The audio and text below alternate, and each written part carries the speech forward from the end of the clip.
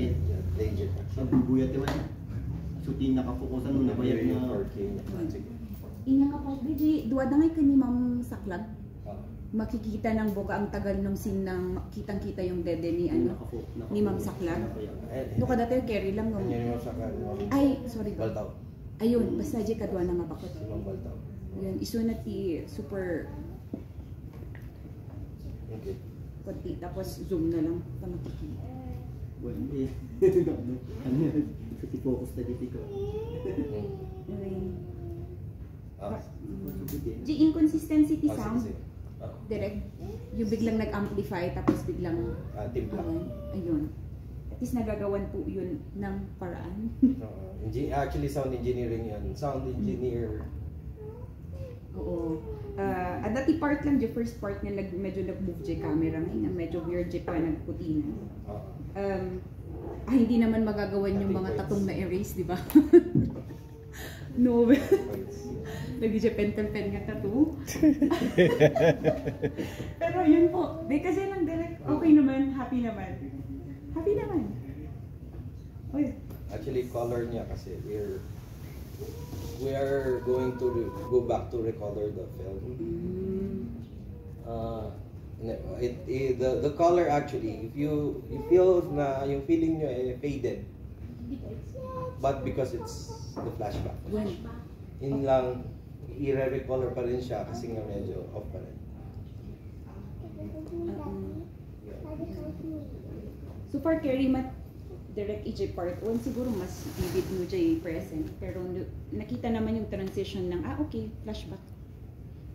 Ayan. So for day lang direct dete lang ti part nga medyo na weird na dyan flashback ti kwan. Flashback ngay ni Awiyaw, di part nga makankanchawan suna. Ang common apay nga iji part nga rumor suna di ruangan nga naipakita di flashback nga I don't know no mas appropriate nga iji part nga imbaga na nga minamak ako ng mga tao when parang when I'm walking parang pag behind my back they're mocking me. Parang mas appropriate nga i-giant di flashback na. Oo, kasi parang weird nga ay may flashback pa pala si Awiyaw sa part na yun. Yun lang. Well, okay na po. Thank you. One of our youngest cast. And to our midwife and then to one of our community leaders. Mas sila yung peacekeeping forces ng pelikula. Yeah. Okay. Naiiyak. Sige. And nang naiiyak siya kanina. So effective. Nakaka-connect siya doon sa Kanti May.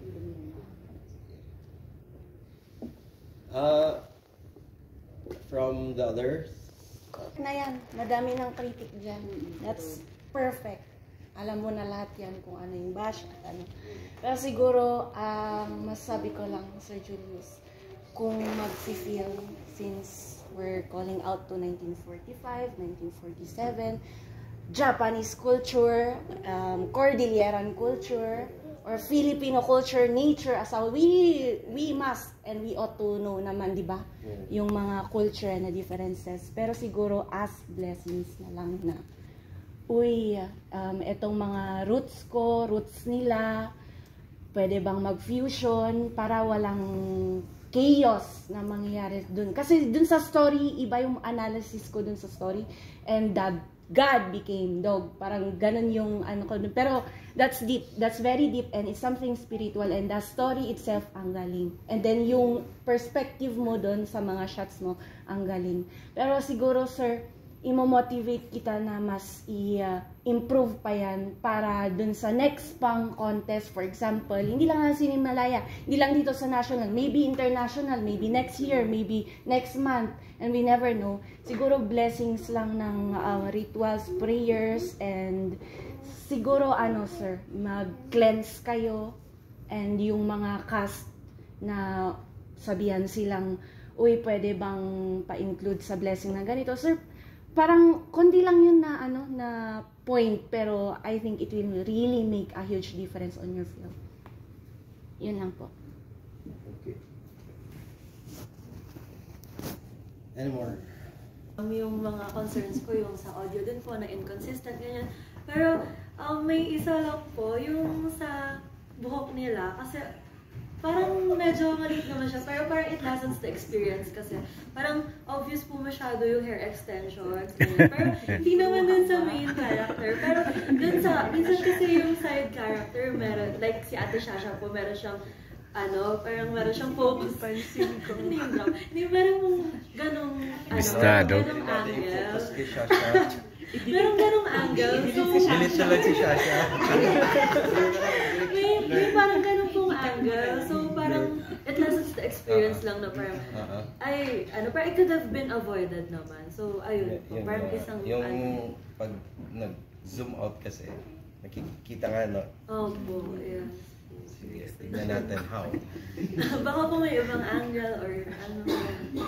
Nakulot pa.